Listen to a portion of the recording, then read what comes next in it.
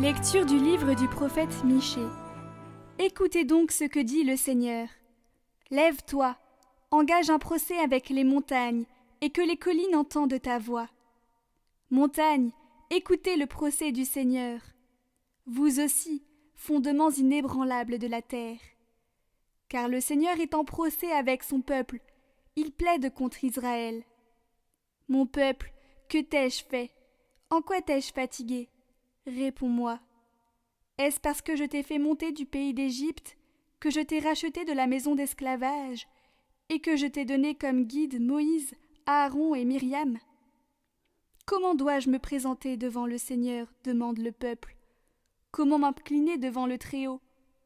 Dois-je me présenter avec de jeunes taureaux pour les offrir en holocauste? Prendra-t-il plaisir à recevoir des milliers de béliers, à voir des flots d'huile répandus sur l'autel? Donnerai-je mon fils aîné pour prix de ma révolte, le fruit de mes entrailles pour mon propre péché? Homme, répond le prophète, on t'a fait connaître ce qui est bien, ce que le Seigneur réclame de toi, rien d'autre que respecter le droit, aimer la fidélité et t'appliquer à marcher avec ton Dieu.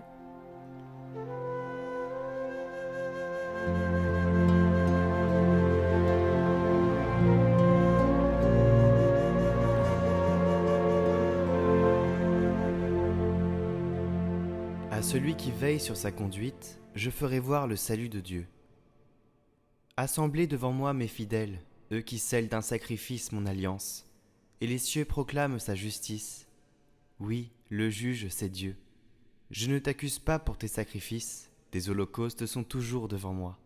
Je ne prendrai pas un seul taureau de ton domaine, pas un bélier de tes enclos. Qu'as-tu à réciter mes lois, à garder mon alliance à la bouche, toi qui n'aimes pas les reproches, et jettes loin de toi mes paroles? Voilà ce que tu fais. Garderai-je le silence? Penses-tu que je suis comme toi? Je mets cela sous tes yeux et je t'accuse. Qui offre le sacrifice d'action de grâce, celui-là me rend gloire. Sur le chemin qu'il aura pris, je lui ferai voir le salut de Dieu. À celui qui veille sur sa conduite, je ferai voir le salut de Dieu.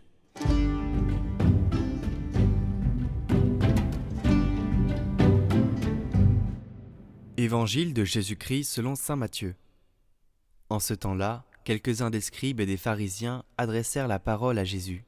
« Maître, nous voulons voir un signe venant de toi. » Il leur répondit, « Cette génération mauvaise et adultère réclame un signe. Mais en fait de signe, il ne lui sera donné que le signe du prophète Jonas. En effet, comme Jonas est resté dans le ventre du monstre marin 3 jours et 3 nuits, le Fils de l'homme restera de même au cœur de la terre 3 jours et 3 nuits.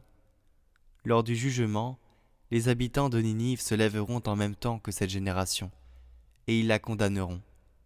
En effet, ils se sont convertis en réponse à la proclamation faite par Jonas. Et il y a ici bien plus que Jonas. Lors du jugement, la reine de Saba se dressera en même temps que cette génération, et elle la condamnera. En effet, elle est venue des extrémités de la terre pour écouter la sagesse de Salomon. Et il y a ici bien plus que Salomon.